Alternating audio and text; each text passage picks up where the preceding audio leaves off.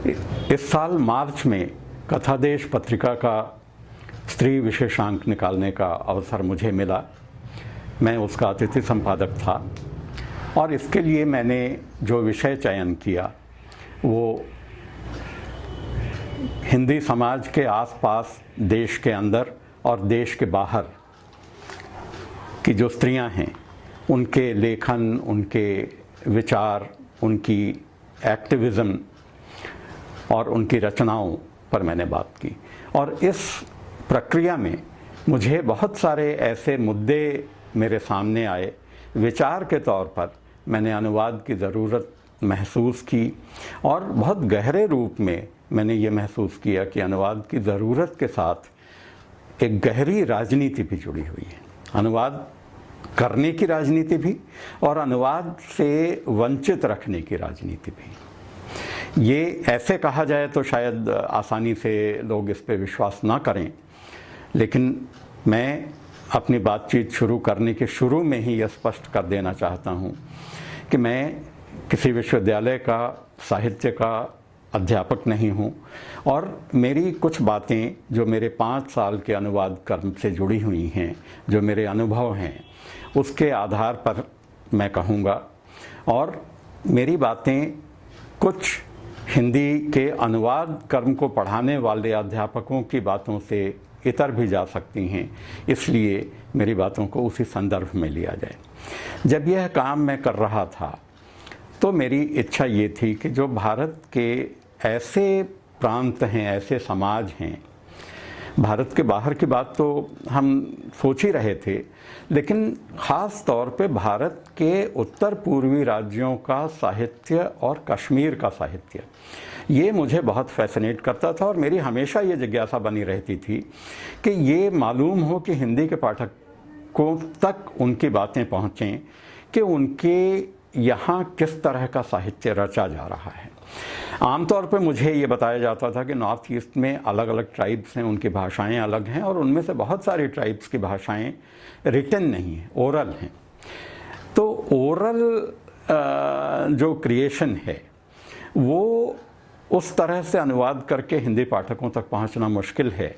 लेकिन जब मैं थोड़ी सी और गहराई में गया तब मुझे पता चला कि यह बात सही है, लेकिन उत्तर पूर्व के कई समाजों में, कई ट्राइब्स में जो अलग अलग प्रांतों में बटे हुए हैं, उन्होंने उनका एक ऐसा वर्ग उनके यहाँ सामने आया है जो अंग्रेज़ी में अपना लेखन कर रहा है। तो अंग्रेज़ी एक ऐसी भाषा हो गई जिससे हम उनके साहित्य तक पहुँच सकते हैं। इस क्रम में मैं ख़ास तौर पे नागालैंड और मिज़ोरम, इन 2 प्रांतों के प्रमुख कवियों, लेखकों की रचनाओं की मैंने तलाश की और उनके संपर्क में आया और बेहतरीन साहित्य मुझे पढ़ने को मिला। ऐसा साहित्य जिससे हम हिंदी का क्या, मेन स्ट्रीम भारत के जो विभिन्न बड़ी भाषाएं हैं हिंदी सहित, उनमें भी उस तरह का साहित्य नहीं है, क्योंकि इन उत्तर पूर्वी राज्यों के समाजों ने जिस तरह का दशकों लंबा एक तरह का संघर्ष का इतिहास जिया है, वो दूसरी हिंदी प्रदेशों में या दूसरे अन्य प्रांतों में उसका अभाव है या उससे हम जुड़े हुए नहीं हैं, इसलिए वो अनुभूतियाँ हमारे पास नहीं हैं। लेकिन इन प्रांतों के साहित्य को पढ़ के मुझे ये समझ आया कि कितनी गहरी राजनीति इस मायने में हम करते हैं, जाने अनजाने, कि हम अंग्रेज़ी में उपलब्ध साहित्य का जो देश में आसानी से हमें मिल जाता है, भारतीय प्रकाशकों का छापा हुआ, उसका अनुवाद नहीं करते, जबकि विदेश में छपी हुई किताबों और उनके साहित्य के पीछे भागते रहते हैं और नोबेल पुरस्कार प्राप्त करने वाले एक एक लेखक की एक एक रचना के 10-10 अनुवाद कर डालते हैं।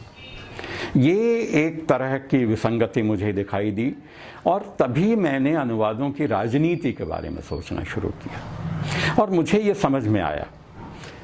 इसी क्रम में जब मैं भारतीय भाषाओं की बात करूं, उत्तर पूर्वी राज्यों और कश्मीर के इतर भी नेपाली नेपाली हमारी भाषा है, लेकिन मैं नेपाल का साहित्य जब चाहता था कि वो हिंदी में अनुवाद हो सके, आए, तो मुझे बहुत मुश्किल आई।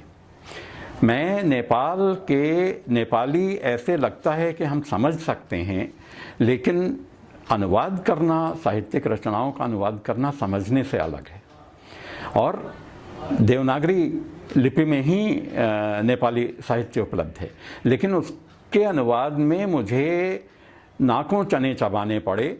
और मैं जब ये बताऊं कि मैं जब अनुवादकों के संपर्क में आया तो उन्होंने मुझे तर्क ये दिया कि भारत की नेपाली और नेपाल की नेपाली में बहुत फ़र्क है, इसलिए नेपाल का साहित्य हम यहाँ ना तो उपलब्ध करा सकते हैं, ना उसका अनुवाद कर सकते हैं।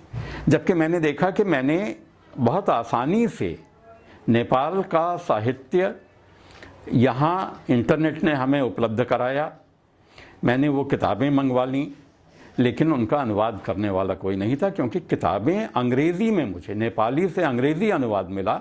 अंग्रेज़ी अनुवाद पढ़ के मैं इतना प्रभावित हुआ कि मेरा मन हुआ कि मैं उसका अनुवाद करूं।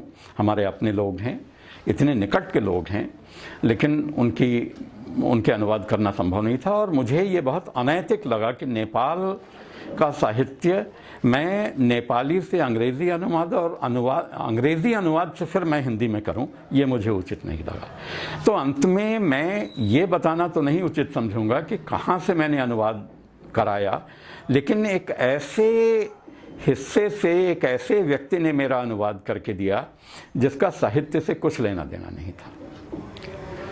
इसी तरीके की कठिनाई मुझे उर्दू को लेके आई। मैं कई उर्दू भाषी मित्रों को जानता हूं, और कई ऐसे मेरे मित्र हैं जो उर्दू में गज़लें लिखते हैं, नज़में लिखते हैं, लेकिन उर्दू पढ़ना उन्हें नहीं आता। ये मुझे बहुत ताज्जुब हुआ ये जान के, और मुझे बहुत एक तरह की शर्म भी महसूस हुई कि एक भाषा कैसे धीरे धीरे लुप्त होती है, मरती है। उर्दू एक इसका उदाहरण है।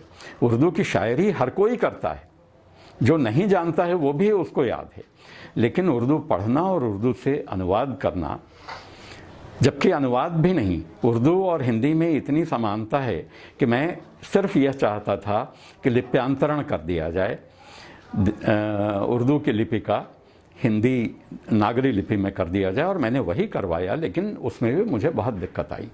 तो ये भाषाओं की राजनीति और अनुवाद की राजनीति इतनी मुखर होके बोलती है कि ये मुझे शायद इस पत्रिका के संपादन का अवसर ना मिलता तो मैं शायद इससे वाकिफ़ ना होता। इसी क्रम में मुझे ये पता चला कि जिस देश की 28 भाषाएं या 22 भाषाएं हमारी स्वीकृत भाषाएं हैं, जो राष्ट्र की भाषाएं हैं, हमारी संविधान में स्वीकृत हैं, लेकिन सभी भाषाओं में भारत के संविधान का अनुवाद नहीं है। मुझे इस क्रम में ये पता चला कि कश्मीरी भाषा में भारत के संविधान का अनुवाद करके सरकार के पास बरसों से पड़ा हुआ है और उसकी स्वीकृति नहीं हुई है, और कश्मीरी भाषा में भारत का संविधान उपलब्ध नहीं है। इस तरह का कई और भाषाओं के साथ भी ये बात हो सकती है।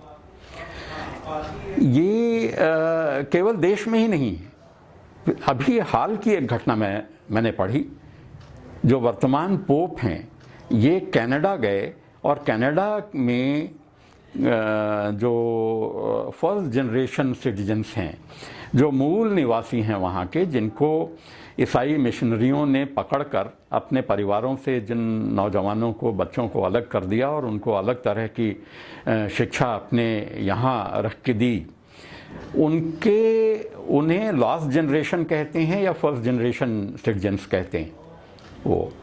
तो जब उस दौरान हुई ज्यादतियों और हिंसा और शोषण की खबरें सामने आईं, और कई जगह से ऐसे उदाहरण आए कि जो उस तरह के अनुशासन को ना मानने वाले बच्चे थे, उनकी सामूहिक हत्याएं हुईं। और जब ये सब खबरें बाहर आईं तो उस पर पूरी दुनिया का ध्यान उस तरफ गया, और पोप ने कनाडा जाकर उस समुदाय के लोगों के साथ लगभग एक तरह की माफ़ी मांगी। पोप को अंग्रेज़ी नहीं बोलते हैं, उनकी भाषा स्पेनिश है। स्पेनिश में उन्होंने संबोधित करते हुए प्रेस को लगभग माफ़ीनामा, एपोलॉजी शब्द नहीं कहा, लेकिन एक इंटरव्यू में किसी ने जब उनसे पूछा कि क्या ये एपोलॉजी थी लेकिन आपने ये शब्द का प्रयोग नहीं किया, तो उन्होंने कहा कि हाँ, आप इसे एपोलॉजी मान सकते हैं। और उसमें उन्होंने जिस एक शब्द का प्रयोग किया, सीरियस सर्च करना चाहिए हम लोगों को कि ये जो ज़्यादतियाँ हुई हैं ये फिर से ना दोहराई जाएं, और जिनके साथ ये हुई हैं उनके प्रति हम एक तरह का क्षमा भाव के साथ उनके सामने जाएं और दुआ करें ईश्वर से कि ये इस तरह की दिक्कतें उनके साथ फिर जीवन में ना आएँ। लेकिन जैसे ही उनका ये वक्तव्य सामने आया कि उन्होंने कहा कि मेरी बात को लगभग एपोलॉजी के तौर पे माना जा सकता है, तब एक पूरा तंत्र सक्रिय हो गया और उसने कहा कि नहीं, ये सारी गड़बड़ ये हुई है क्योंकि वो स्पेनिश में बोल रहे थे। स्पेनिश में उन्होंने जो कहा वो एपोलॉजी शब्द या जो कहा वो सीरियस सर्च जो कहा, जिसको इंटरप्रेट अंग्रेज़ी में किया गया, वो ये नहीं था। उन्होंने कहा इन्वेस्टिगेशन करना चाहिए और यदि कहीं ऐसी ज़्यादती हुई है तो उसका सुधार करना चाहिए। ये लीपापोती हुई। ये केवल वहाँ नहीं है, अभी रूस और यूक्रेन के बीच जो युद्ध हो रहा है, पूरी दुनिया जिसे युद्ध कहती है, रूस ने शुरू होने के साथ ही कि सोशल मीडिया में दुनिया का कोई भी चैनल या एजेंसी यदि इसे युद्ध कहेगा या एग्रेशन कहेगा तो उसके लिए जो जिम्मेदार होगा उसको 15 साल की सज़ा दी जा सकती है, क्योंकि ये युद्ध और इन्वेशन नहीं है, ये स्पेशल मिशन है, स्पेशल ऑपरेशन है। तो ये देखिए, ये अनुवाद के और सेंसरशिप के और जो सोच समझ के पूरे चैनल को नियंत्रित करने की चीज़ें कितनी एक दूसरे से जुड़ी हुई हैं। ये बहुत पहले 1984 में जॉर्ज ऑरवेल ने देख लिया था और हक्सले ने ब्रेव न्यू वर्ल्ड में देख लिया था, और उन्होंने बताया था कि इस तरह के मंत्रालय होंगे जिनमें ये कहा जाएगा वो कहा जाएगा, जो काम उनका होगा ठीक उसके पलट कहा जाएगा। यदि वो प्रेम को रोकने का काम करेंगे तो उन्हें कहा जाएगा प्रेम मंत्रालय।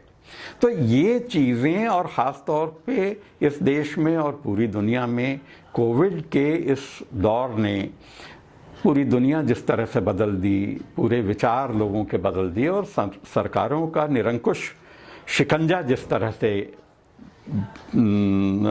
बहुत मजबूत कर दिया, उसमें ये अनुवाद की राजनीति शब्दों के साथ, भाषाओं के साथ जो मनमानी है, ये बहुत मुखर रूप में सामने आई है। और बहुत ज़रूरी है कि हम इन दिशाओं में गौर करें। अनुवाद सिर्फ साहित्य को लेके नहीं है, हमारे दैनिक जीवन में जो कुछ भी हम बोलते सुनते हैं, इसमें अनुवाद का महत्व है। जिस दिन से आदमी ने बोलना शुरू किया, अनरिटन वर्ड्स भी जिस समय थे, ओरल कम्युनिकेशन था, उस समय भी अनुवाद सिर्फ शब्दों का रूपांतरण नहीं है। किसी माँ का मुस्कुराना बच्चे के लिए एक अनुवाद है, वो समझ जाता है। बच्चे का क्रोधित होना, दुखी होना, भूखा होना माँ बिना एक शब्द बोले समझ जाती है। बाद में जब शब्द आए तब चीज़ें बदलीं, रिटन लैंग्वेज आई तब चीज़ें बदलीं। जब लिखा पढ़ा जाने लगा और छापे खाने आए तब पूरी व्यवस्था बदल गई और उसमें अनुवाद की भूमिका बदल गई। उसके बाद कंप्यूटर आए और अब जो आर्टिफिशियल इंटेलिजेंस और मशीन ट्रांसलेशन ये जो आए, इससे एक थोक भाव में चीज़ें जिस तरह से बदल रही हैं और सत्ताएं जैसे चाहती हैं वैसे आपको समझना, सुनना और स्वीकार करना पड़ेगा, क्योंकि आपकी चॉइस ख़त्म होती चली जा रही है। यदि मैं इसको और थोड़े आगे बढ़ाऊं तो मैं कहूँगा कि अभी ट्रेड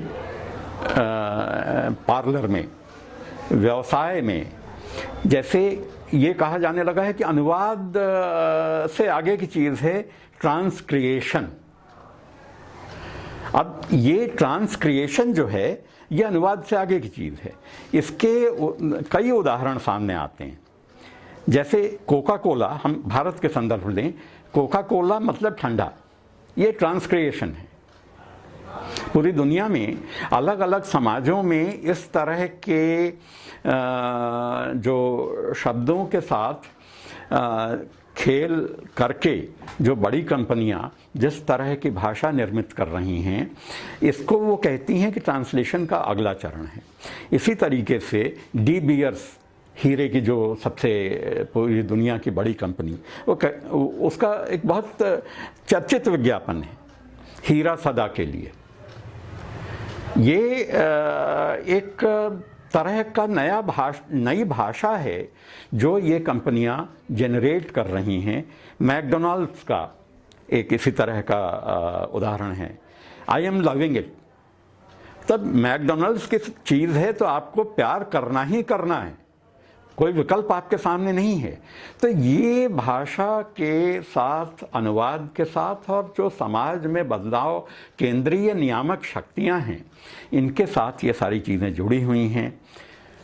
मैं इसको एक इस रूप में भी देखता हूँ, हो सकता है कि मेरे कुछ साथी इससे सहमत हों ना हों, कि ये जो हम जहाँ जिस रास्ते पर बढ़ रहे हैं, ऐसे में कल को कोई आश्चर्य नहीं कि आलोचना शब्द यदि हो, मैंने किसी की आलोचना की, क्रिटिसाइज किया, उसका अनुवाद ये हो जाए कि मैंने उसका इंसल्ट किया, मैंने उसको डिफेम किया, और मेरे खिलाफ, क्योंकि भावनाएं आहत बहुत तेज़ी से होती हैं यहाँ, एक कोई एफआईआर हो जाए या एक साथ कई एफआईआर हो जाए। तो ये हम जिस दिशा में बढ़ रहे हैं, मुझे अनुवादों को लेके, इनकी राजनीति को लेके, इसी तरीके से मुझे लगता है कि प्रोटेस्ट, यदि कहीं विरोध प्रदर्शन हो रहा है, नारे लग रहे हैं, तो इसके लिए ये कहा जा सकता है कि ट्रबल क्रिएशन, न्यूसेंस, शोर हो रहा है, डेसिबल से ऊपर, एक पर्टिकुलर डेसिबल से ऊपर आवाज़ जा रही है, तो ये एक तरह का पब्लिक फंक्शन को ऑब्स्ट्रक्ट करने का एक षड्यंत्र है।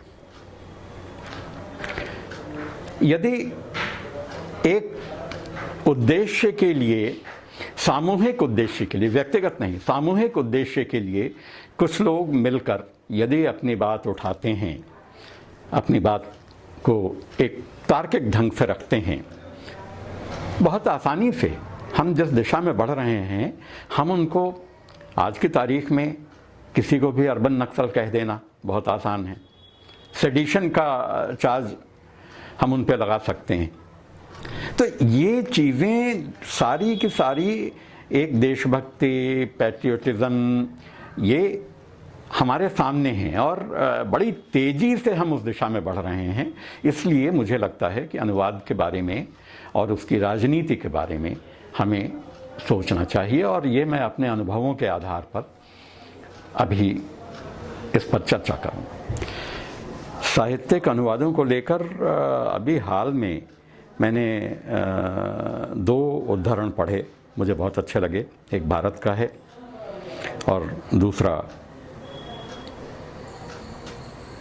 हिब्रू कवि का, और इस बीच में अनुवाद की ज़रूरत को जैसे कवियों और लेखकों ने महसूस किया, उसकी चर्चा करूँगा। वसुधेंद्र, जो कन्नड़ के स्वयं एक बड़े लेखक हैं और प्रमुख प्रकाशक हैं, उन्होंने एक बड़ी दिलचस्प बात कही, अनुवादों की राजनीति पर ही एक सेमिनार में बात कही।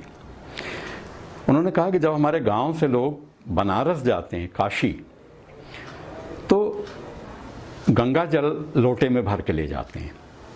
गंगा जल नहीं, तुंगभद्रा का जल लोटे में भर के ले जाते हैं, और वहाँ जाके गंगा स्नान करते हुए उस लोटे का जल गंगा के जल में डाल देते हैं, और जब वहाँ से लौटते हैं तो उसी लोटे में गंगा जल भर के लाते हैं और यहाँ आके तुंगभद्रा नदी में गंगा का जल डालते हैं।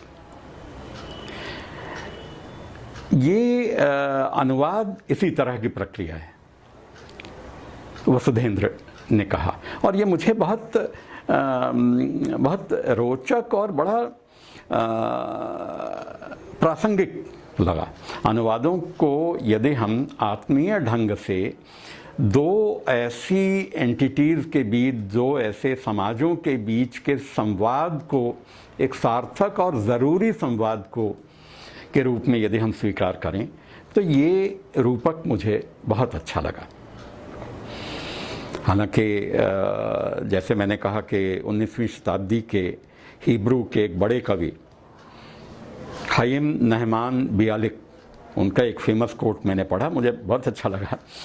Reading a poem in translation is like kissing a woman through a veil. आंचल से ढके हुए मुखड़े को किसी स्त्री के चूमना, किसी कविता के ट्रांसलेशन को पढ़ने पे मुझे ऐसा लगता है। The poet moves from life to language, the translator moves from language to life. जीवन और भाषा के बीच की ये जो आवाजाही है, ये एक अनुवाद की सार्थकता को प्रमाणित करती है। कुछ बड़े लेखकों ने, बहुत सारे लेखकों ने अनुवाद की ज़रूरत को महसूस किया। एक बहुत फेमस कोट है अनुवाद के बारे में कि translation is celebration of difference, यानी अपने से इतर होने का अनुष्ठान है। हम आज जिस समय में रह रहे हैं, इतर होना मतलब खराब होना है, अश्रेष्ठ होना है, जबकि अनुवाद के लिए ये कहा जाता है कि इसका सेलिब्रेशन है, डिफरेंस का सेलिब्रेशन है। ये मुझे बहुत अच्छा लगा और ये बहुत अनुवाद की विधा के इतना आगे बढ़ते जाने का बड़ा कारण है। इसी तरह से अनुवाद को festival of ultimate unity of human being, यानी मनुष्य जाति की बुनियादी एकता का उत्सव, ये दोनों कोट्स अनुवाद प्रक्रिया को फेस्टिवल और सेलिब्रेशन कहते हैं। पूरी दुनिया में सबसे ज़्यादा पढ़े जाने वाले लेखक, नोबेल पुरस्कार विजेता मार्केज की करोड़ों की संख्या में किताबें बिकी हैं पूरी दुनिया में अनुवादों के माध्यम से, और उन्होंने 2 अनुवादकों से अपने अनुवाद कराए, जिनके बारे में मार्केज ने बहुत मुखर होके कई बार यह स्वीकार किया है कि उन्होंने मेरी मूल रचना को अपने अनुवाद से बेहतर बना दिया। ये एक बहुत बड़ा दिल चाहिए ये स्वीकार करने के लिए, लेकिन उन्होंने स्वीकार किया। और ये कई लोगों ने, कई बड़े लेखकों ने, बोर्खेस ने भी ये कहा है, मेरे अनुवाद मेरी मूल कविताओं से, मेरी मूल रचनाओं से बेहतर कई बार हुए हैं। इतालवी लेखक इतालो कैल्विनो वे कहते हैं, बगैर अनुवाद के मैं अपने देश की सीमाओं के अंदर सिमट कर रह जाता। अनुवादक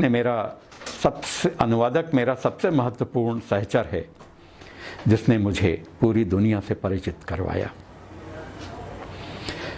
दूसरे नोबेल विजेता पुर्तगाल के जोस सारामागो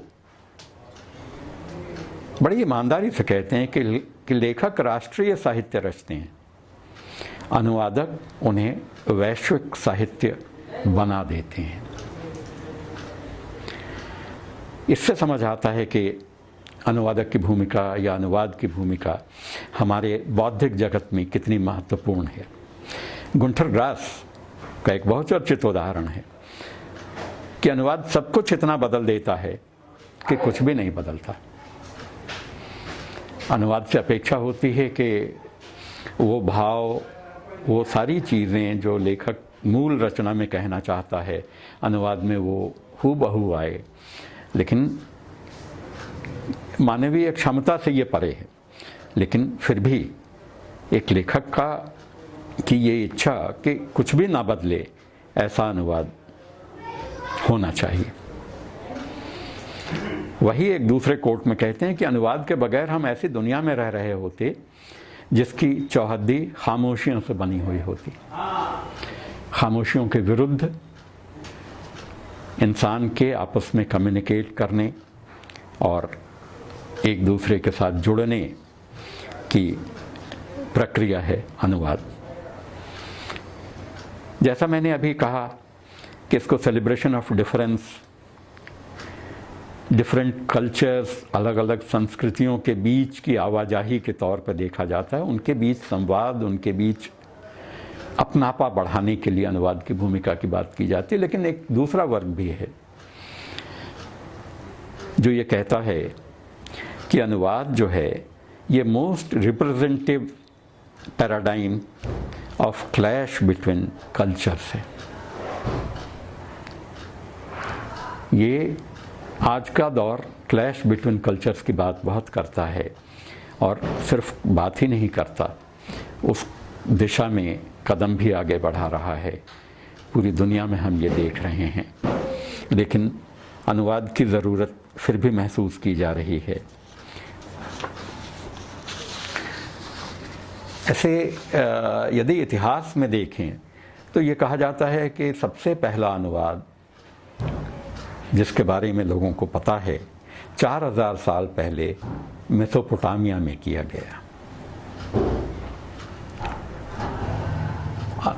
इस बारे में लोगों की, विशेषज्ञों की राय है कि अनुवाद की औपचारिक शुरुआत शायद तब हुई होगी जब एक समाज से सुदूर दूसरे समाजों में जाके व्यापार करने के लिए लीगल और फाइनेंशियल डॉक्यूमेंट्स की ज़रूरत पड़ी होगी, और इसीलिए एक उस तरह के अनुवाद का काम शुरू हुआ जिसमें बहुत ज़्यादा शुद्धता की दरकार थी, लेकिन वो कानूनी तौर पर शुद्धता की दरकार थी जिससे किसी तरह का विवाद ना पड़े। लेकिन साहित्य की दुनिया में इस तरह की शुद्धता कई बार विवाद पैदा करती है। व्यापार के बाद धर्म प्रचार के लिए जब यूरोप के बड़े शक्तिशाली देशों ने पूरी दुनिया में अपने अपने यात्रा अपनी शुरू की और वहाँ प्रचार के लिए, धर्म प्रचार के लिए गए, उन समाजों पर ईसाई प्रभाव डालने की कोशिश की, तब बाइबल सहित अन्य धार्मिक साहित्य के प्रचार का अनुवाद का रास्ता अख्तियार किया गया। इसके बाद कला, संस्कृति जैसे माध्यमों के लिए अनुवाद की ज़रूरत शुरू हुई। धर्म प्रचार के लिए अनुवाद और अपना प्रभाव जमाने की कोशिश के दौरान बहुत सारे लोगों ने अपनी जान भी गंवाई, और आज भी कई धार्मिक पुस्तकों के अनुवाद की आम जन को इजाज़त नहीं है। मुझे ये पता चला कि बाइबल भी उनमें शामिल है, और बाइबल मूल रूप में हिब्रू में लिखी गई, हिब्रू से उसका अनुवाद ग्रीक में हुआ, ग्रीक से उसका अनुवाद लैटिन में हुआ, और लैटिन में अनुवाद के बाद जब लैटिन धीरे धीरे एक भाषा के तौर पर नष्ट होने लगी, उसको विभिन्न यूरोपीय भाषाओं ने रिप्लेस किया, तब लैटिन के बाद दूसरी यूरोपीय भाषाओं में बाइबल के अनुवाद हुए। आज की तारीख में दुनिया में सबसे ज़्यादा अनुवादित किताब यदि कोई है तो रिकॉर्ड बाइबल के पक्ष में है। और लेकिन अनुवादों की ये यात्रा बहुत सरल कभी नहीं रही। 1536 में विलियम टिंडेल नाम के एक पादरी को हॉलैंड में इसलिए मार डाला गया था कि उसने लैटिन से बाइबल का अंग्रेज़ी अनुवाद किया था। तो अनुवाद की राजनीति पे बात करते हुए ये उदाहरण इस तरह के सामने आते हैं। इसके अलावा ये बहुत प्रसिद्ध उदाहरण है, इसलिए मैंने इसकी चर्चा की। मार्टिन लूथर ने जर्मन में अनुवाद किया और इस तरह के अनुवादों ने ईसाई धर्म को एकांगी रहने भी नहीं दिया। कहीं उसके पीछे भी अनुवाद की राजनीति है। और शुरू में शाब्दिक अनुवाद पर बहुत जोर दिया जाता था। एक बहुत दिलचस्प उदाहरण है कि जब लैटिन भाषा, जब ग्रीक से हिब्रू भाषा में बाइबल का अनुवाद किया जा रहा था, तो 70 अनुवादकों को 70 अलग अलग कमरों में बिठाया गया और उनसे कहा गया कि आप अपना अपना अनुवाद पूरा करें। और उन सब ने जब अपना काम पूरा कर लिया और उनका जब मिलान किया गया, तो ये देखा गया कि 70 के 70 अनुवाद एकदम एक समान है, शब्दशः एक समान है। तो ये एक अनुवाद की सकारात्मकता और उसके प्रसार की ज़रूरत भी एक तरफ, लेकिन इस तरह की स्थितियाँ, यदि अनुवाद इतना एक रूप है तो विचारों का आगे बढ़ना बाधित होता है। तो इसलिए साहित्यिक अनुवादों का जो वर्तमान स्वरूप है, इसमें ये माना जाता है कि आप अनुवाद करें, इसमें शाब्दिक भाषाई शुद्धता तो हो, लेकिन सांस्कृतिक जो अंतर है मूल भाषा का और अनुवाद जिस भाषा में किया जा रहा है, उन समाजों के सांस्कृतिक फ़र्क को भी कहीं ना कहीं दिखना चाहिए और उनके बारे में हमें बात करनी चाहिए। मशहूर लेखक पिको अय्यर ने 2013 में टेड लेक्चर दिया था। उसमें बड़ी दिलचस्प बात उन्होंने कही। हालांकि आप ये ध्यान दें कि तो 2013 से करीब करीब हम 10 साल आगे निकल आए हैं। बहुत इवेंटफुल दौर ये रहा है और पूरी दुनिया में उथल पुथल ज़्यादा हुई है। लेकिन ये आंकड़ा या उनका ये वक्तव्य गौर करने लायक है। उन्होंने इस लेक्चर में कहा कि दुनिया भर में 22 करोड़ लोग ऐसे हैं जो अपने अपने जन्म स्थान के देशों में नहीं रहते, बल्कि दूसरी धरती पर रहते हैं। रिफ्यूजी के तौर पे आप कह लें या विस्थापितों के तौर पर, माइग्रेंट्स के तौर पर। भले ही हमें यह संख्या अविश्वसनीय लगे, पर यह वास्तविकता है कि कनाडा और ऑस्ट्रेलिया की आबादी को मिला दिया जाए और इस मिली जुली आबादी को 2 गुना कर दिया जाए, एक नहीं 2 बार, तब भी इंसानों की यह संख्या यहाँ वहाँ आवारा बादलों की तरह विचरती आबादी से कम ही रहेगी। ये एक तरह का आँख खोलने वाला तथ्य है जो ये बताता है कि कितनी बड़ी संख्या में लोग अपनी मातृभूमि छोड़कर दूसरे इलाकों में, दूसरी भाषाओं वाले समाज में, दूसरी संस्कृतियों वाले समाज में जाने को मजबूर हो गए हैं, कारण चाहे जो भी हों। और इसने अनुवादों की राजनीति को क्या करना है और क्या नहीं करना है और अनुवादों की ज़रूरत को बहुत तेज़ी से महसूस कराया है। अपने भाषण में वो आगे कहते हैं कि राष्ट्र राज्य की पारंपरिक परिभाषा से बाहर जीवन बसर कर रहे मुझ जैसे इंसानों की संख्या पिछले 12 वर्षों में 6 करोड़ 40 लाख बढ़ी है। यह संख्या पूरे अमेरिका की आबादी से ज़्यादा है। यह हाल उस देश का है जो धरती पर 5वां सबसे बड़ा राष्ट्र है। उदाहरण के लिए कनाडा के सबसे बड़े शहर टोरंटो को देखें तो मालूम होगा कि वहाँ का एक औसत वासी कनाडा में नहीं बल्कि किसी दूसरे देश में बसा होता है, जन्मा होता है और रह कनाडा में रहा है, जिसे बोलचाल में हम विदेशी कहते हैं। ये एक सिनेरियो है जो बताता है कि हमारे समय में और आगे आने वाले समय में अनुवादों की ज़रूरत कितनी पड़ेगी। दरअसल अनुवादों की, साहित्यिक अनुवादों की मेरी यात्रा 5 दशक पहले शुरू हुई।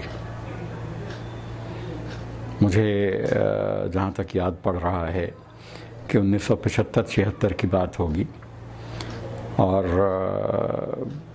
बिहार में जयप्रकाश नारायण का आंदोलन चल रहा था। मैं भागलपुर इंजीनियरिंग कॉलेज का विद्यार्थी था।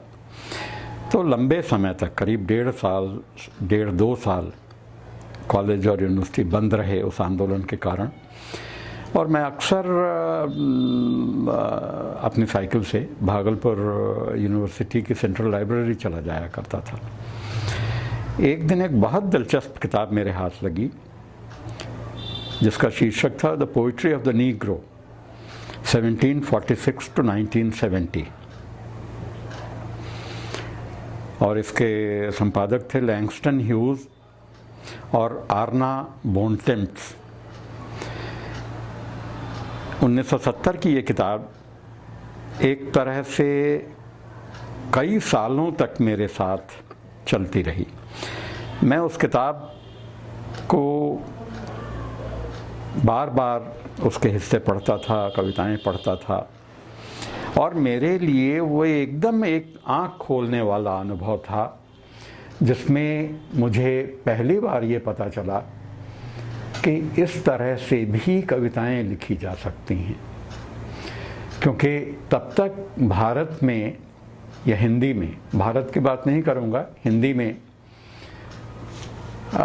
जो दलित साहित्य है उस तरह से सामने नहीं आया था। मराठी से कुछ अनुवाद आए थे, लेकिन मेरे लिए उन कविताओं को पढ़ना एक पूरी अमेरिका की काली आबादी के संघर्षों, उनके दमन, उनकी आकांक्षाओं को उन कविताओं के माध्यम से जानना, समझना मुझे एकदम ट्रांसफॉर्म करने वाला अनुभव था। यही कारण है कि मैं बार बार उसके पन्ने पलटता था और उसकी कविताओं की तरफ जाता था। फिर धीरे धीरे मैंने, क्योंकि ये वो दौर था जब मैं स्थानीय अखबारों और पत्रिकाओं में तो छपता रहता था, लिखता था, लेकिन कोई बड़ी पत्रिका ऐसी नहीं थी जो मुझे छापे।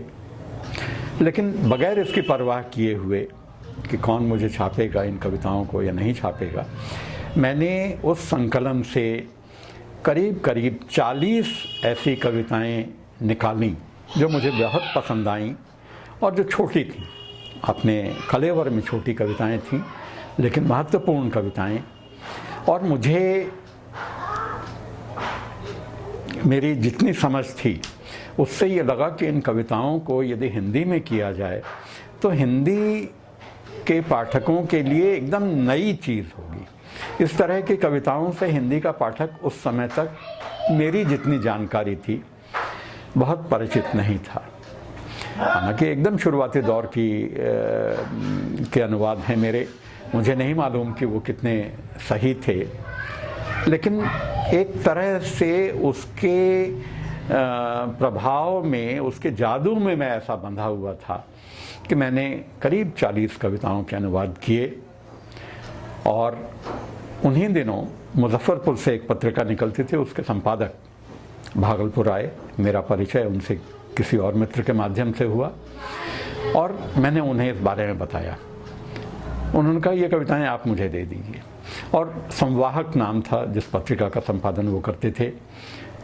संवाहक के एक वार्षिक अंक में उन्होंने एक विशेषांक निकाला जिसमें मेरी वो 40 कविताओं के अनुवाद उन्होंने छापे। उस पत्रिका का कोई अंक अब मेरे पास उपलब्ध नहीं है, संपादक महोदय भी अब नहीं हैं, लेकिन मुझे हमेशा ये लगता है कि वो साहित्य के प्रति समझदारी और अनुवाद की ज़रूरत को मेरे जीवन में एक गहरे रूप में उसका प्रभाव पड़ा। संवाहक नाम की पत्रिका में एक साथ एक विशेषांक के तौर पर सारी कविताएं, करीब करीब 40 कविताएं उन्होंने छापी। उस समय तो मेरे पास वो अंक था और मैं बड़े गर्व से लोगों को दिखाया करता था, लेकिन अब मेरे पास वो अंक नहीं है और ना ही संपादक अब इस दुनिया में हैं। लेकिन उसमें से, और ये वो दौर था जब ना तो कंप्यूटर था कि आपकी मेमोरी में चीज़ें रखी रहें, उनकी प्रतिलिपियां भी मेरे पास उस रूप में नहीं बचीं।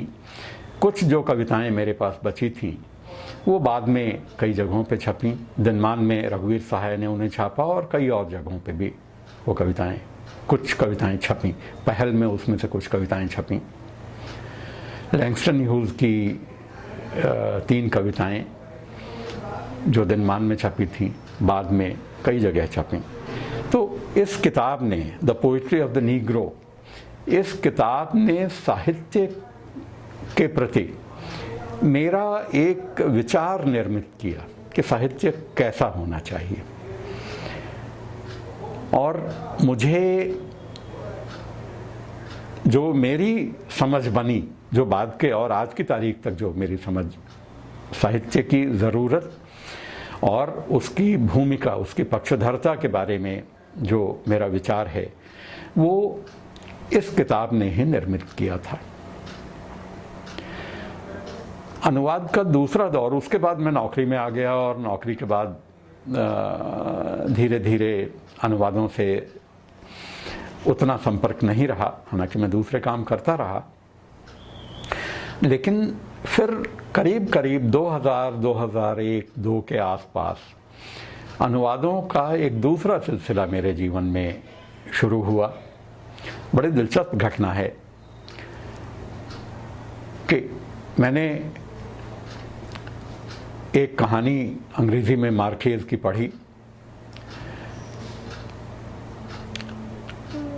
संभवतः उसका शीर्षक लाइट इज लाइक वाटर। मुझे उसका हिंदी अनुवाद का शीर्षक याद है कि रोशनी तो पानी जैसी होती है। बहुत ही प्यारी सी एक छोटी सी कहानी मैंने पढ़ी और वो इतनी अच्छी लगी कि मुझे ये लगा कि मुझे अपनी अम्मा को ये कहानी सुनानी चाहिए। अम्मा मेरी बहुत साहित्य प्रेमी रही हैं और उनके पास, उनसे ही मैंने साहित्य की दीक्षा एक तरह से ली है। और मेरी बेटियां भी छोटी थीं, वो अंग्रेज़ी में शायद उस समय पढ़ के ना समझती। तो मुझे ये लगा कि ये कहानी मुझे बच्चों को और अम्मा को साथ बैठा के सुनानी चाहिए। तो बैठे बैठे मैंने एक रफ कागज़ पर उस कहानी का अनुवाद कर डाला। 2-3 पन्ने की कहानी थी, छोटी सी कहानी थी, बड़ी कहानी नहीं थी। और वो कहानी उन लोगों को सुनाई, बहुत पसंद आई। और वो कहानी मैंने आहा ज़िंदगी में, यशवंत व्यास उन दिनों संपादक थे, उन्होंने मांगी थी। कुछ और रचनाएं उन्होंने छापी थी। ये कहानी मैंने उनको भेजी, लेकिन तुरंत वो मेरी कहानी जाने के बाद उन्होंने वो पद छोड़ दिया, वो कहीं और चले गए और आलोक श्रीवास्तव उसके संपादक बन के आए। आते ही उन्होंने वो कहानी आहा ज़िंदगी में छापी। ये और लगभग इसी समय एक भारतीय लेखक की एक कहानी अंग्रेज़ी में मैंने द हिंदू के सप्लीमेंट में, रविवारी सप्लीमेंट में पढ़ी थी, चॉकलेट। उसका मैंने, बहुत मार्मिक कहानी, उसका भी मैंने उसी तरह से अनुवाद करके अम्मा और बच्चों को सुनाया। और ये उन दोनों को बहुत पसंद आई और मैंने कथा देश में भेजी। वो कहानी चॉकलेट कथा देश में आई और मार्केज वाली कहानी आहा ज़िंदगी में आई। और उसके बाद कहानियों के अनुवाद का एक सिलसिला शुरू हुआ और मैंने लगातार कहानियों के अनुवाद किए, जिसमें मेरा विशेष पक्ष ये रहता था कि उन देशों की कहानियाँ आएँ जिनके अनुवाद हिंदी में आम तौर पे नहीं हुए हैं। साहित्यिक अनुवादों की जो हिंदी की परंपरा रही है वो नोबेल पुरस्कार प्राप्त साहित्यकारों के लगातार अनुवाद की परंपरा रही है। बहुत सारे लोग एक ही रचनाकार की एक ही रचना के बार बार अनुवाद करते हैं। उनका अनुवाद किया जाना चाहिए, मैं इससे इत्तेफाक रखता हूँ। मैंने भी कुछ कहानियों के अनुवाद किए हैं, मार्केस भी नोबेल पुरस्कार विजेता ही थे। लेकिन मुझे हमेशा ये लगा कि नोबेल तो किसी एक ही रचना को मिलेगा, उसके अलावा जो कंटेम्पररी राइटर्स हैं वो क्या लिखते हैं उसके बारे में भी हमें जानना समझना चाहिए। और मैंने ढूंढ के धीरे धीरे, ये वो दौर था जब इंटरनेट सामने आया, कंप्यूटर का दखल हमारे जीवन में बढ़ा, इंटरनेट का दखल बढ़ा, आसानी से उपलब्ध हो जाने वाला समय आया। दुनिया के किसी हिस्से में छपी हुई कोई किताब आप पैसे खर्च करें तो अपने पास मंगवा सकते हैं। इस तरह से और बहुत सारा साहित्य विभिन्न देशों का अंग्रेज़ी अनुवादों के रूप में इंटरनेट पे उपलब्ध है। और इस तरह से मैंने दुनिया के उन हिस्सों का साहित्य, ख़ास तौर पे कहानियाँ, जो कहानियों के अनुवाद किए चुन चुन के, जो जिनके बारे में भारतीय समाज, हिंदी पाठक वर्ग कम जानता है। मैं ये नहीं कहूँगा कि नहीं जानता है, लेकिन कम जानता है। और इसमें मेरा आग्रह स्त्रियों की रचनाओं के प्रति भी रहता था। मेरा आग्रह उन सांस्कृतिक प्रतिरोध और संघर्षों की तरफ भी रहता था जो समाज को बदलने के लिए किए जा रहे हैं। तमाम विपरीत परिस्थितियों में समाज बदले या ना बदले, उसका सपना, उसकी आकांक्षा जिन रचनाओं में मुखर हो, उस तरह के साहित्य का अनुवाद करना मैंने एक जीवन का लक्ष्य बना लिया। इसमें कोई बहुत लोक भावना जैसी चीज़ नहीं थी, क्योंकि उस तरह की रचनाओं को पढ़ना, उनके बारे में विचार करना, ज़्यादा से ज़्यादा उनको पढ़ना और उनको हिंदी के पाठकों के लिए उपलब्ध कराने की कोशिश करना, क्योंकि संपादन किन्हीं और लोगों के हाथ में है। मेरी कोशिश हो सकती है, मेरी रचनाएं, मेरे अनुवाद उन्हें पसंद आएँ या ना आएँ, यह अलग चीज़ हो सकती है। लेकिन इस तरह से मुझे जो अच्छी साहित्यिक पत्रिकाएं हैं, पहल है, कथा देश है, हंस है, वागर्थ है, शुक्रवार, और भी इस तरह की जो पत्रिकाएं हैं, साप्ताहिक हिंदुस्तान का रविवारी परिषद, जनसत्ता, इन सभी पत्रिकाओं ने मुझे आह जिंदगी में साहित्यिक अनुवाद मेरे पर्याप्त मात्रा में छपे। इन संपादकों ने मुझे भरपूर नया ज्ञानोदय, भरपूर सहयोग दिया, और सहयोग ही नहीं, प्रोत्साहन दिया, और उन्होंने रचनाएं मांगी और मैंने उनके लिए काम किया। इस तरह से मेरा ये सिलसिला चला, जिससे एक व्यापक पाठक वर्ग मिला। प्रकाशकों ने मेरी रचनाओं के किताब के रूप में छापने के लिए मुझसे अप्रोच किया, और इस तरह से मेरे अनुदित कहानियों के संकलन आए। भारतीय ज्ञानपीठ से पहला संकलन आया, तंग गलियों से भी दिखता है आकाश। ये दुनिया भर की स्त्री लेखकों की कहानियों का संकलन है। दूसरी किताब स्याही की गमक, ये भी स्त्री लेखकों की कहानियों का संकलन है। ये कहानियों का एक संकलन जगमगाते जुगनुओं की जोत, इसमें पुरुष लेखकों की स्त्री केंद्रित कहानियों का संकलन है। ये अमेरिका का एक बेहद महत्वपूर्ण उपन्यास, अत्यंत लोकप्रिय उपन्यास, उसका हिंदी अनुवाद है। कथादेश ने 2017 और 2022 में मार्च के अंक मुझे संपादन करने का मौका दिया, जिसमें पर्याप्त सामग्री छपी, और इस तरह से मैंने अनुवाद का अपनी यात्रा जारी रखी, जो अब तक जारी है। मैं ये कहूँ कि इन संकलनों में करीब करीब 100 कहानियों के अनुवाद शामिल हैं, और मैं ये मानूंगा कि 40 से 50 कहानियाँ पढ़ने के बाद मैं अनुवाद लायक किसी कहानी का चयन करता हूँ, और इसलिए मुझे पढ़ना बहुत पड़ता है, और यह पढ़ना मुझे एक बेहद ज़रूरी काम लगता है। कहानियों के साथ साथ मैंने विश्व कविता के भी पर्याप्त अनुवाद किए, और अगले संकलन मैं विश्व कविता के ला रहा हूँ।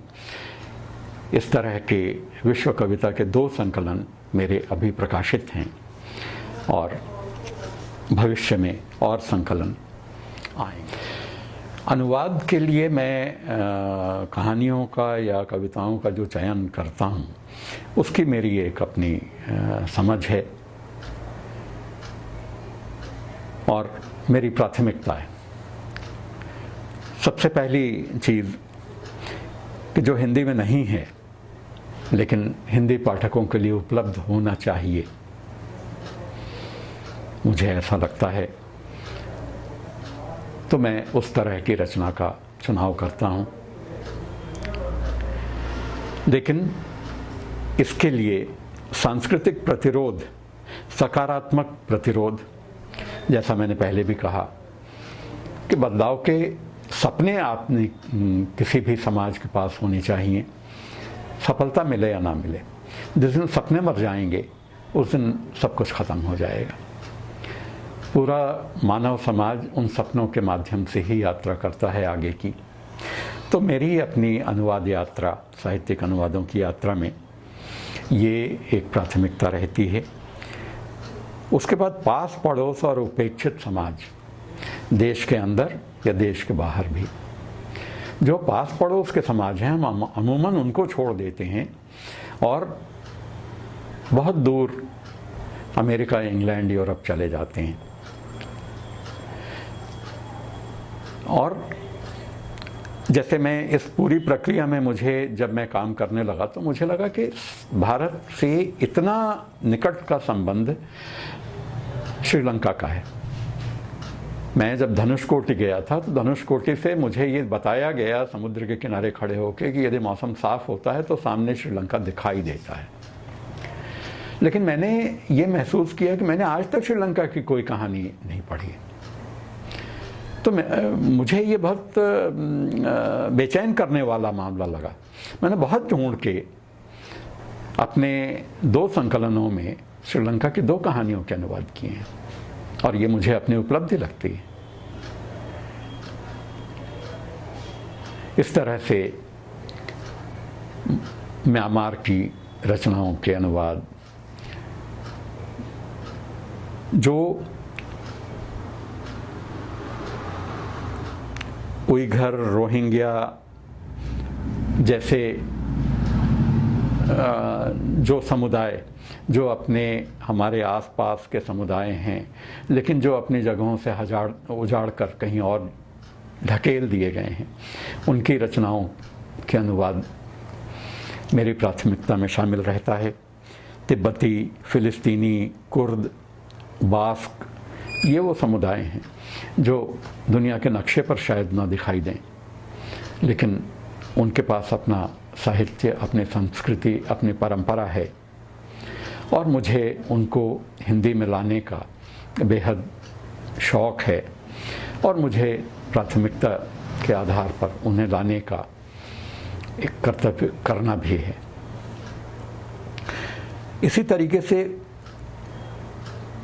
मैं ये देखता हूँ कि अनुवाद के लिए कोई चीज़ आप चुनते हैं तो क्या संभव है। हर चीज़ का अनुवाद करना संभव नहीं है। आप समझ तो सकते हैं, आप यथार्थ के निकट तक जा सकते हैं, लेकिन उसके बिल्कुल अनुवाद लायक समझ विकसित करना कई बार मुश्किल होता है, क्योंकि मुझे भी केवल अंग्रेज़ी आती है। मैं जो भी अनुवाद करूँगा, जैसे ईरान की रचनाओं के अनुवाद मैं अंग्रेज़ी के माध्यम से जानता हूँ, और कई चीज़ें आपको पढ़ के अच्छी लगती हैं, कई रचनाएं आपको बड़ी अनिवार्य लगती हैं, लेकिन उनके अनुवाद करना कई बार आपको मुश्किल लगता है, मुझे भी लगता है। मैं अनुवाद के लिए जिन रचनाओं का चयन करता हूँ उनको बार बार पढ़ता हूँ, बार बार। मैं यदि कहूँ कि मैं 10 बार तक भी पढ़ता हूँ, और ये पढ़ना आपको हर बार नए तरीके से तैयार करता है। उदाहरण के लिए मैं एक अंग्रेज़ी की एक कहानी, स्कॉटलैंड की एक कहानी, बेल रिंगर, मैंने जब पहली बार ये कहानी पढ़ी थी तो मुझे इतनी अच्छी लगी थी कि मुझे इसका अनुवाद करने के लिए मैंने रख दिया। लेकिन मैंने अगले 5 वर्षों तक इसका अनुवाद नहीं किया। नहीं, मैं ये नहीं कहूँगा कि नहीं किया, नहीं कर पाया।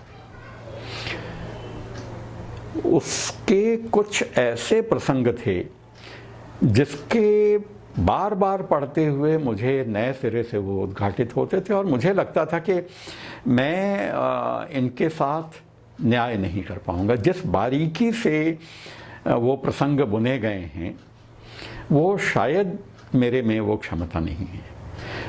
और अगले 5 वर्षों में मैंने कम से कम 10 या 12 बार उस कहानी को पढ़ा, उस लेखक की और चीज़ें पढ़ी, उनकी कहानियाँ पढ़ी, उनकी कविताएं पढ़ी, जितने इंटरव्यूज़ मिले मैंने पढ़े, जिससे कि मुझे समझने में मदद मिले। और जब मुझे 5 साल बाद ये लगा कि मैं शायद कर पाऊँगा अनुवाद, तो मैंने अनुवाद किया। रचना, समाज, काल और लेखक के बारे में ज़्यादा से ज़्यादा जानना मेरी प्राथमिकता में रहती है। जिस रचना को मैं अनुवाद के लिए अलग रखता हूँ, उससे जुड़ी तमाम चीज़ें मैं बगैर पढ़े हुए, बगैर जाने हुए आगे नहीं बढ़ता। कोई जल्दबाजी नहीं करता, क्योंकि बहुत बार ये होता है कि कोई घटना ऐसी हुई और तुरंत बिना गहराई में गए लोग अनुवाद करके एक पत्रकार की तरह से सामने आ जाते हैं, किसी और से पहले आगे की होड़ में शामिल होते हैं। मैं ऐसा नहीं करता। जैसा मैंने कहा कि जब बार बार मैं पढ़ता हूँ तो मन के अंदर रचना को पकने देता हूँ। जैसे मूल रचना लिखते हुए कई लोग बहुत समय लेते हैं, लेखक या कवि, जब तक कि वो पूरी तरह से पक ना जाए। अनुवाद भी उसी तरह का धैर्य और अनुशासन मांगता है। मैं उस धैर्य के साथ रहना पसंद करता हूँ, क्योंकि मुझे लगता है कि वो मुझसे बेहतर काम कराता है, यह धैर्य। और अंतिम मेरा मानदंड ये होता है कि जो अनुवाद जो हिंदी में आए, जो एंड प्रोडक्ट हो, वो अनुवाद ना लगे, हिंदी की रचना लगे। ये अपने आप की सबसे बड़ी परीक्षा ये होती है अनुवाद करते हुए। कोई और मुझे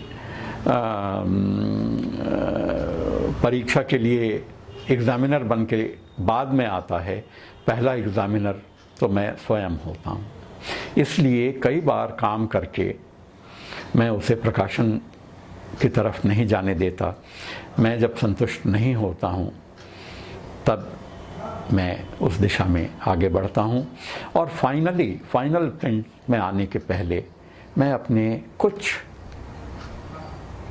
ऐसे मित्रों को ज़रूर शामिल करता हूँ उस निर्णय में, प्रकाशन की प्रक्रिया में, जो एक बार मेरे मेरे उस काम को खुद अपने तराजू पे भी तौल के देखें।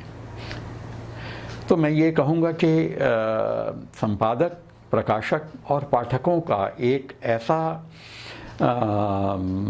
की ताकत मुझे लगातार पिछले वर्षों में मिली है, जिसने मुझे अनुवाद, साहित्यिक अनुवादों के क्षेत्र में आगे बढ़ने का हौसला दिया है।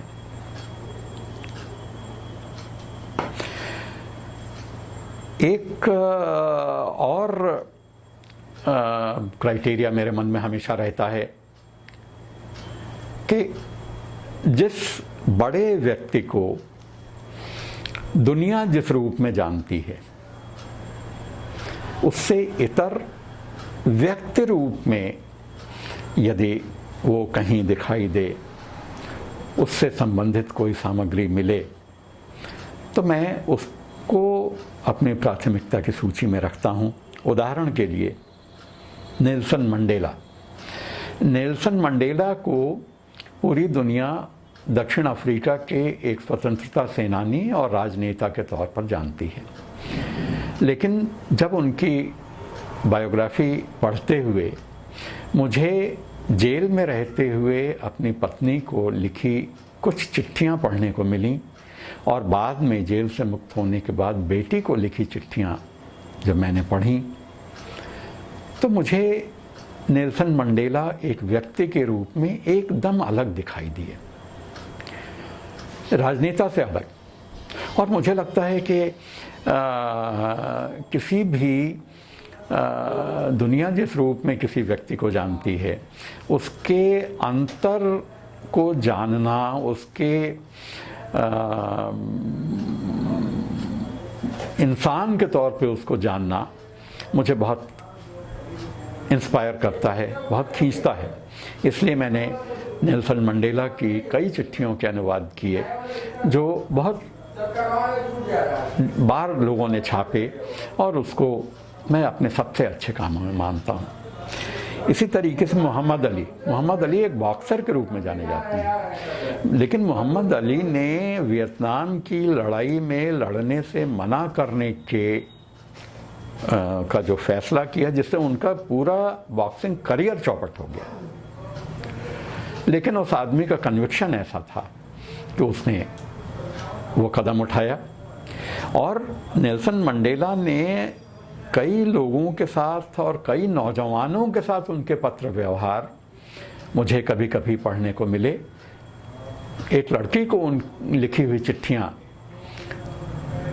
बहुत ही इंस्पायरिंग हैं, मैंने उनके अनुवाद किए, मुझे अच्छा लगा।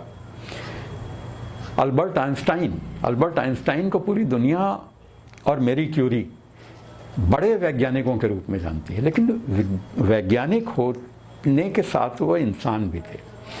अल्बर्ट आइंस्टाइन ने कुछ युवा लड़के और लड़कियों के साथ जो पत्र व्यवहार किया, उनको जो चिट्ठियाँ लिखी, वो अपने आप में बहुत ही इंस्पायरिंग है। मैंने उनके अनुवाद किए और वो खूब पसंद किए गए।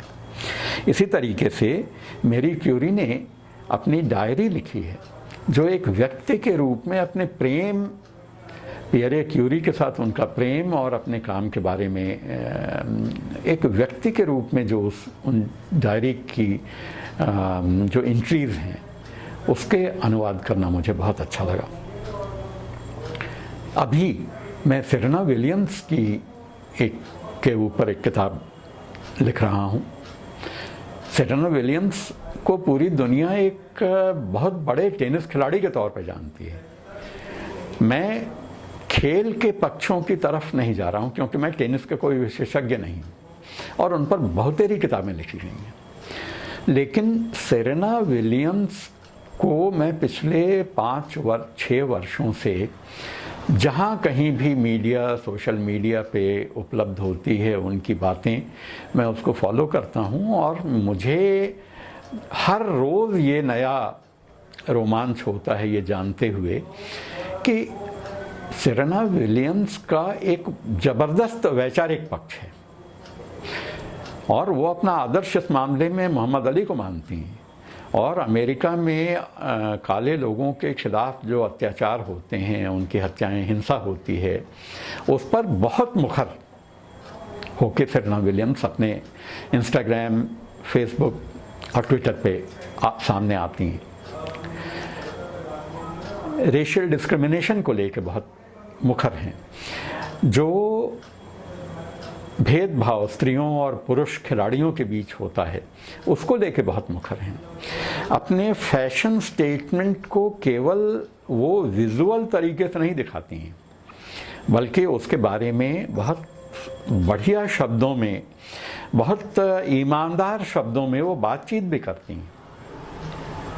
अपनी बेटी को कैसे पाल रही हैं, उसको क्या क्या चीज़ें सिखा रही हैं, अपनी बेटी को काले लोगों की तरह चोटी गूंथने की जो ट्रेनिंग देती हैं उसके बारे में उनकी पोस्ट बहुत अच्छी है।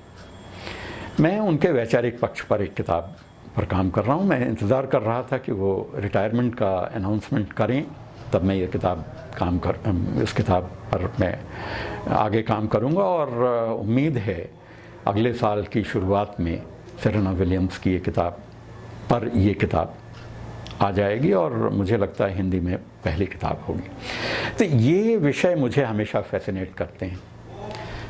पूरी दुनिया में जैसे ये कहा जाता है कि ईरान में आयतुल्लाह खुमैनी के सत्ता में आने के बाद से, इस्लामी क्रांति के बाद से स्त्रियों पे बहुत अत्याचार हुए, बहुत भेदभाव और डिस्क्रिमिनेशन हुए, बहुत कड़े कानून हैं, लेकिन ईरानी स्त्रियों का जो संघर्ष है, जितना कुछ भी अंग्रेज़ी में फ़ारसी से अनुवाद होके आ जाता है,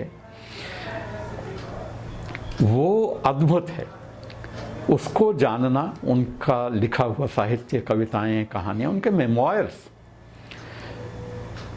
ईरानी स्त्रियों के मेमोयर्स और उनकी चिट्ठियाँ, जो जिन लोगों को प्रोसिक्यूट किया जा रहा है, जेलों में बंद किया गया, उनकी चिट्ठियाँ, ख़ास तौर पे जो स्टूडेंट एक्टिविस्ट और कल्चरल एक्टिविस्ट हैं, उन्होंने जो चिट्ठियाँ लिखी हैं, जो अंग्रेज़ी में मुझे उपलब्ध हो पाई, मैंने उनके अनुवाद किए।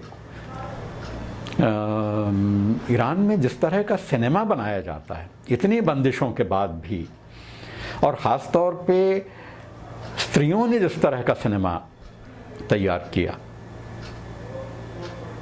उस पर मैंने अलग अलग समय पर लेख लिखे, और इन सबको इकट्ठा करके मैं ईरान में जो स्त्रियों की पत्रकारिता रही, उनके जो ह्यूमन राइट्स और इक्वल राइट्स के जो मूवमेंट हैं, 1 मिलियन सिग्नेचर्स कैंपेन, उसके बारे में ये सारी सामग्री एकत्र करके, बहुत सालों से मेरा ये मन था कि मैं इस पर काम करूं। इस पर इन सब स्त्रियों के लोकतांत्रिक, अहिंसक और सांस्कृतिक संघर्ष बराबरी के, उस पर सामग्री एकत्र करके एक प्रकाशक को मैंने दी है, जो इस साल के अंत होते होते उम्मीद है ये किताब भी आएगी। ये हिंदी में अपनी तरह की अकेली किताब होगी। तो ये मैं ये उदाहरण इसलिए दे रहा हूँ कि ये मेरा केवल अनुवाद कर्म नहीं है, इसमें एक सोच है, और ये इस दिशा में काम करना मैं अपना एक व्यक्ति के रूप में, एक जिम्मेदार नागरिक के रूप में, एक लेखक के रूप में मैं अपना धर्म समझता हूँ। और अनुवादों को लेके जो उनकी राजनीति और उनके अनुवाद करने और ना करने की जो राजनीति है, उसको लेके मुझे अपना ये काम बेहद महत्वपूर्ण लगता है। अब जैसे मैं अनुवाद करने की बात कर रहा हूँ, अनुवाद की राजनीति की बात करते हुए, जितना महत्वपूर्ण है अनुवाद की करने की राजनीति, उतना ही महत्वपूर्ण है अनुवाद न करने की राजनीति। एक उदाहरण मैं दे रहा हूँ। 2013 में, जैसे मैंने बताया कि कथा देश के इस मार्च के अंक का संपादन करते हुए मैं नॉर्थ ईस्ट के प्रांतों के लेखकों की तरफ मुखातिब हुआ, और तब मेरा कई अद्भुत लेखकों से परिचय हुआ। नागालैंड की एक वरिष्ठ लेखिका जो वहाँ नॉर्थ ईस्टर्न हिल यूनिवर्सिटी में प्रोफेसर रहीं, कुछ वर्षों पहले रिटायर हुई। वो नागालैंड की अग्रणी लेखिका और एक्टिविस्ट और कवि तेनसुला आओ हैं। उनकी रचनाओं से मेरा परिचय हुआ। ये उनकी किताब है जो कहानियों का संकलन है, और 2013 में इस किताब को साहित्य अकादमी ने पुरस्कृत किया। साहित्य अकादमी की नीति है कि जब भी कोई किताब अलग अलग भाषाओं की पुरस्कृत होती है तो देश की तमाम भाषाओं में उस किताब का अनुवाद किया जाता है। 2013 से लगभग 10 वर्ष बीत गए, इस किताब का हिंदी अनुवाद या किसी और भाषा में कोई अनुवाद नहीं है। ऐसा भी नहीं है कि ये किसी ऐसी भाषा में किताब है जिसका अनुवाद करना मुश्किल हो। अंग्रेज़ी में है।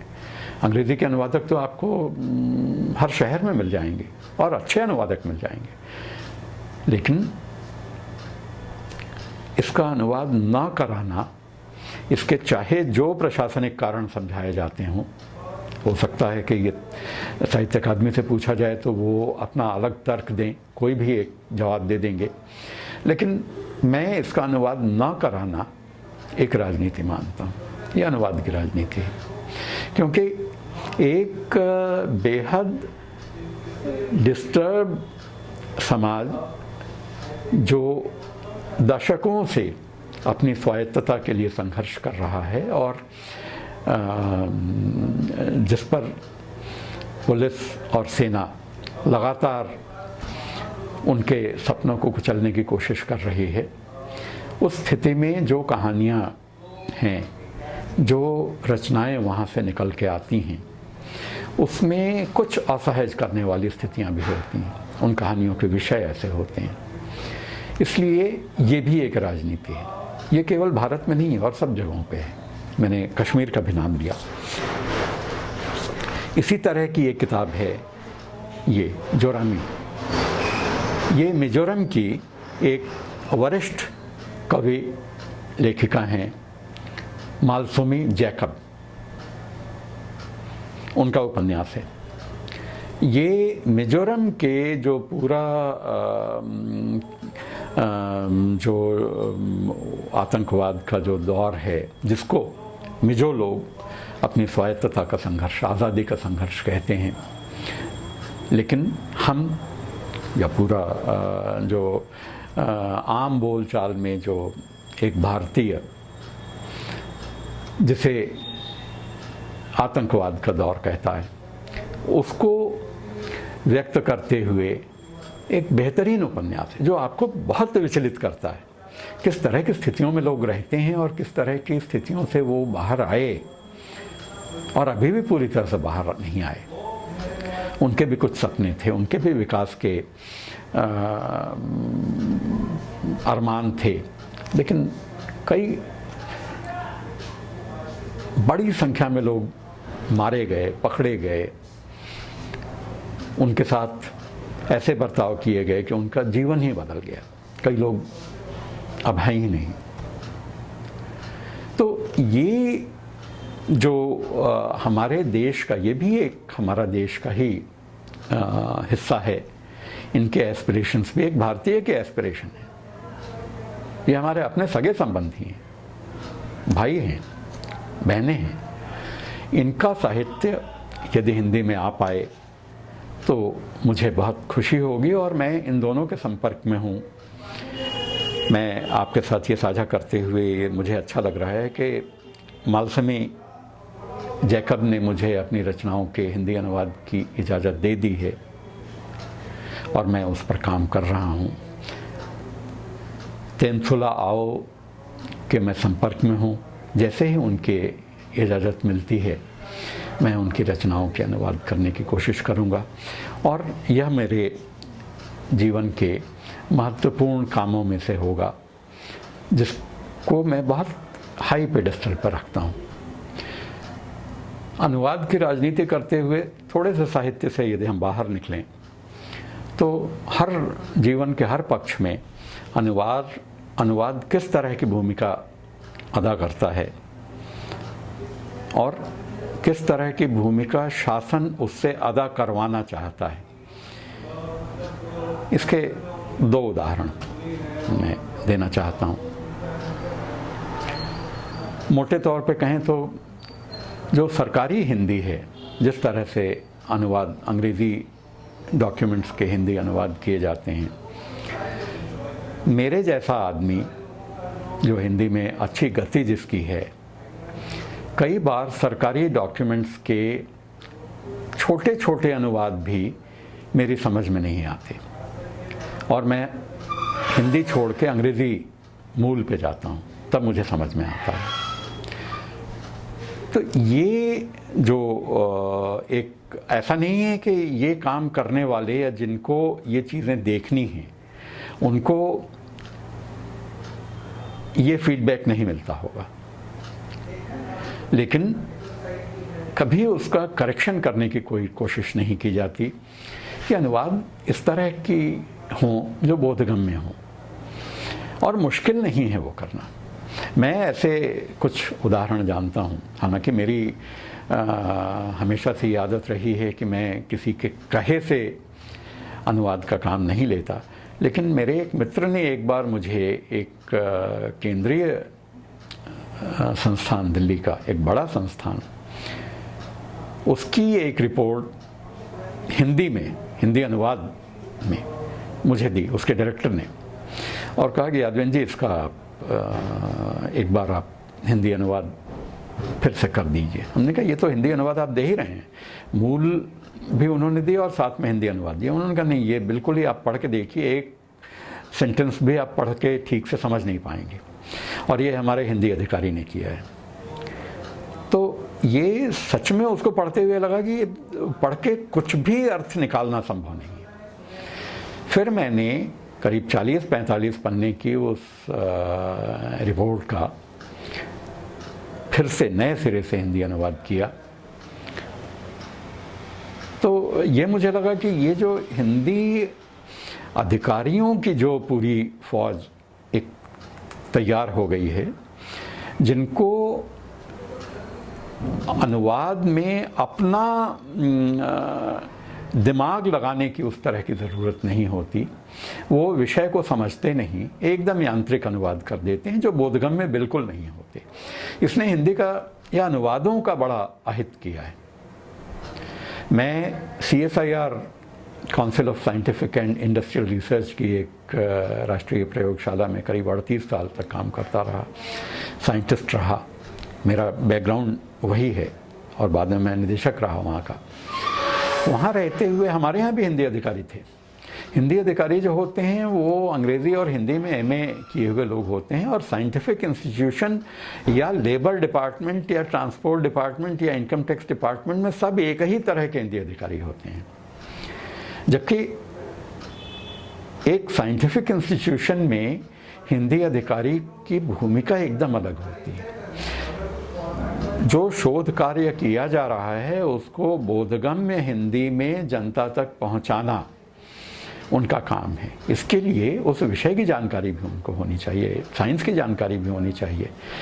तो लेकिन ये मैंने देखा कि इन लोगों ने अनुवाद के माध्यम से जो सामग्री जानी चाहिए लोगों के बीच और पहुंचनी चाहिए और स्वीकार्य होनी चाहिए, वो ज़्यादा उस तरह का काम हिंदी अधिकारियों ने किया नहीं और इस दिशा में कुछ सोचा नहीं गया। तो इसलिए मुझे लगता है कि ये भी जिनको ये निर्णय लेना है उन्होंने इस तरफ ध्यान नहीं दिया।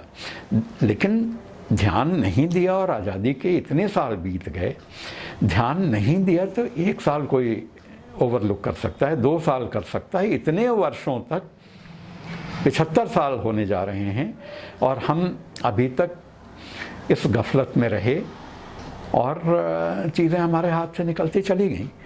एक ओम थानवी की एक ट्वीट मुझे सामने याद आ गया तो मैं उसका हवाला आपको दे रहा हूँ।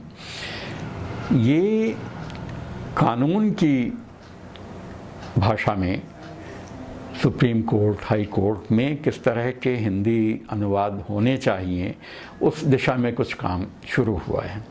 तो एक उनका ट्वीट है, सिविल अपील जुरिस्डिक्शन,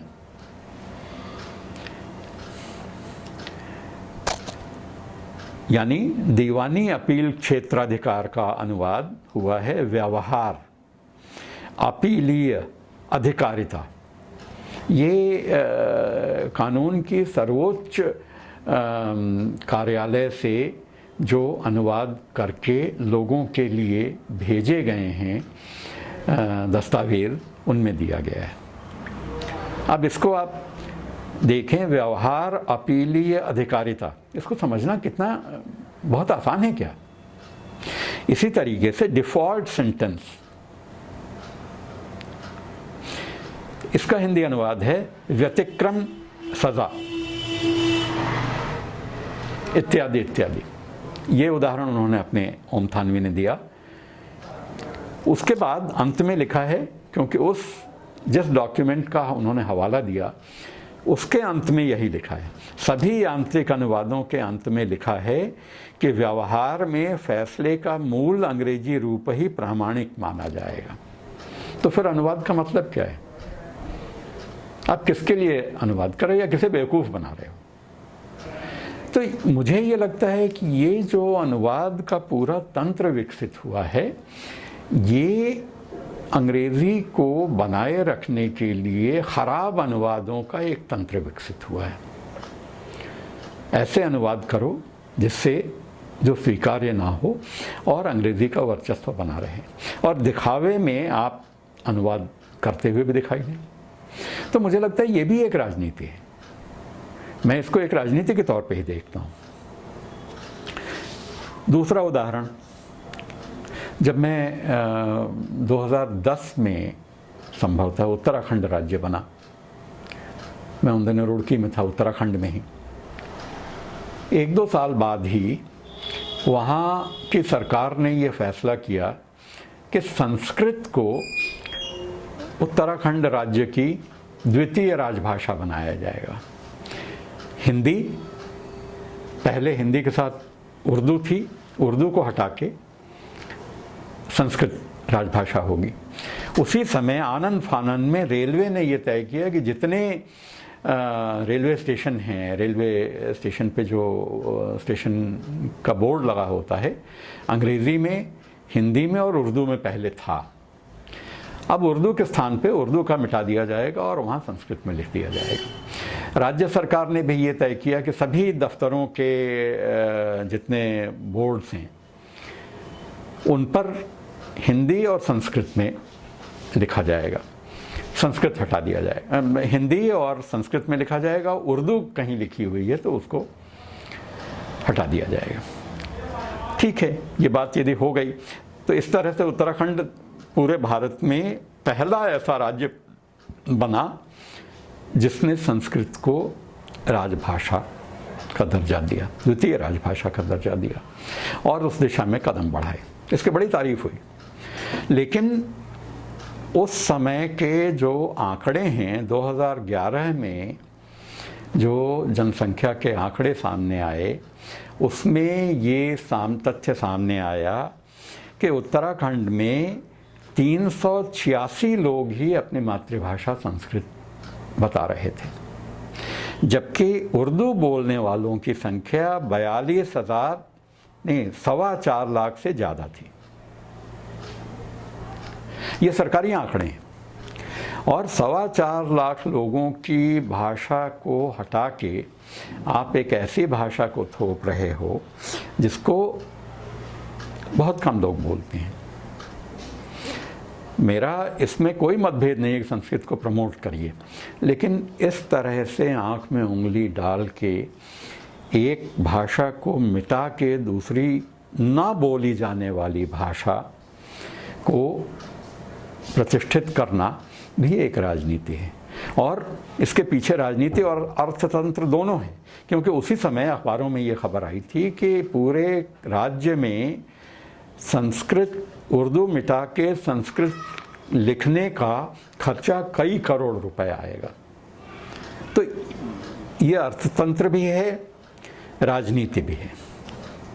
इस बारे में प्रख्यात भाषा शास्त्री, भाषाविद गणेश देवी ने एक लेख लिखा था। उन्होंने संस्कृत के बारे में यह कहा कि यह भाषा बोली बहुत कम जाती है, लेकिन इसका रसूख और पहुंच बहुत ज़्यादा है। तो ये हमारे देश में जो बदलता हुआ समाज है, अनुवाद की राजनीति को किस दिशा में ले जा रहा है और आगे आने वाले समय में हम और कहाँ जाएंगे, इसके बारे में हमें विचार करने की ज़रूरत है।